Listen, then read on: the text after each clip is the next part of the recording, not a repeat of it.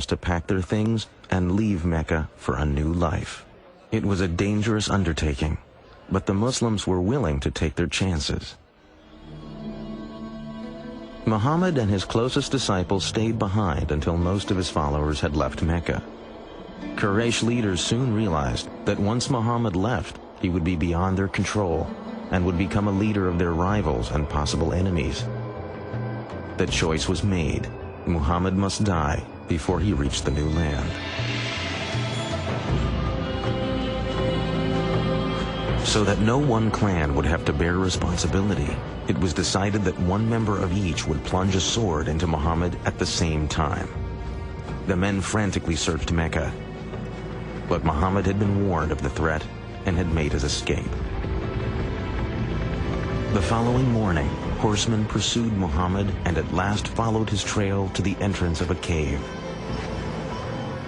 Muhammad and a disciple were hiding inside. But Muslim tradition says the Quraysh assassins found a pigeon nesting at the cave's mouth and the entrance covered with a spider web. The Quraysh concluded no one could be inside. Allah had protected his prophet. The flight from Mecca in 622 is known to Muslims as the Hijrah. No event has greater importance in the culture of Islam. It became the start of the Muslim calendar. It was because it was the start of the establishment of the Muslim community.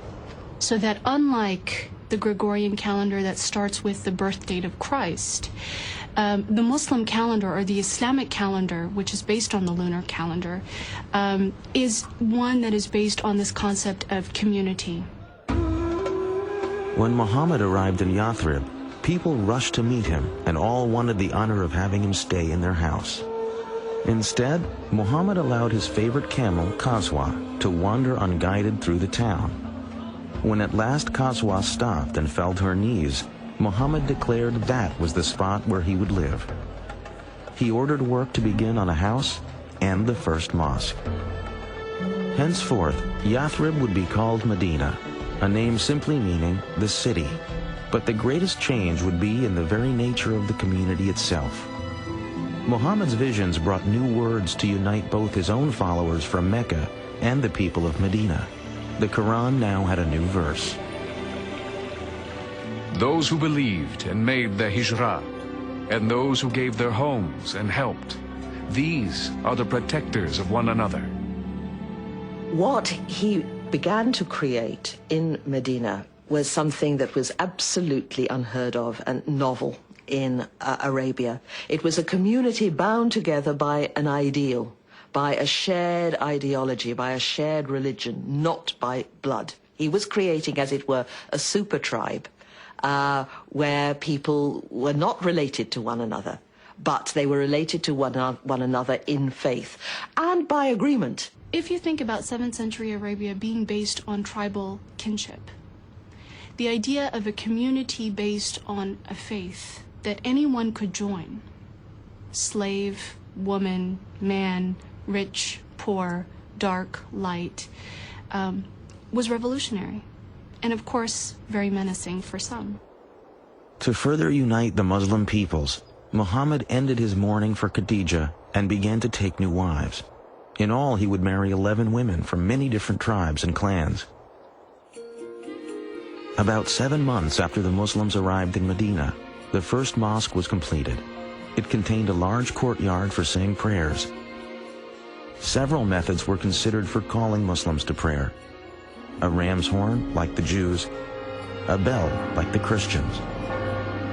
Finally, it was decided that only a human voice was needed to proclaim the call to prayer that Muhammad taught his people. A young man was selected to make the call, and for the first time, Muslims heard the words that still echo from mosques around the world, beckoning all to come to God. Allahu Akbar, Allahu Akbar. I bear witness that there is no God but Allah. I bear witness that Muhammad is the apostle of God. Come to prayer. Come to prayer. Muhammad had believed he was calling the faithful back to a religion Arabs shared with Judaism and Christianity. But following Allah's orders, the Prophet now set out to create a new identity for the Islamic community that would separate it from the older forms of monotheism.